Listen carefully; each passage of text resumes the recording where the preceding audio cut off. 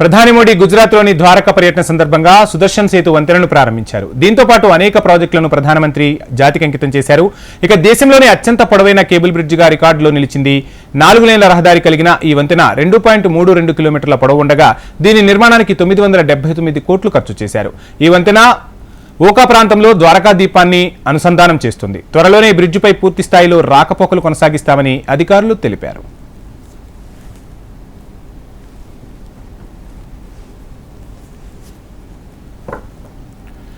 ప్రధాని మోడీ గుజరాత్లోని ద్వారకా పర్యటన సందర్భంగా సుదర్శన్ సేతు వంతెనను ప్రారంభించారు. దీంతో పాటు అనేక ప్రాజెక్టులను ప్రధానమంత్రి జాతికి అంకితం చేశారు. దేశంలోనే అత్యంత పొడవైన కేబుల్ బ్రిడ్జిగా రికార్డులో నిలిచింది ఈ ప్రాజెక్ట్.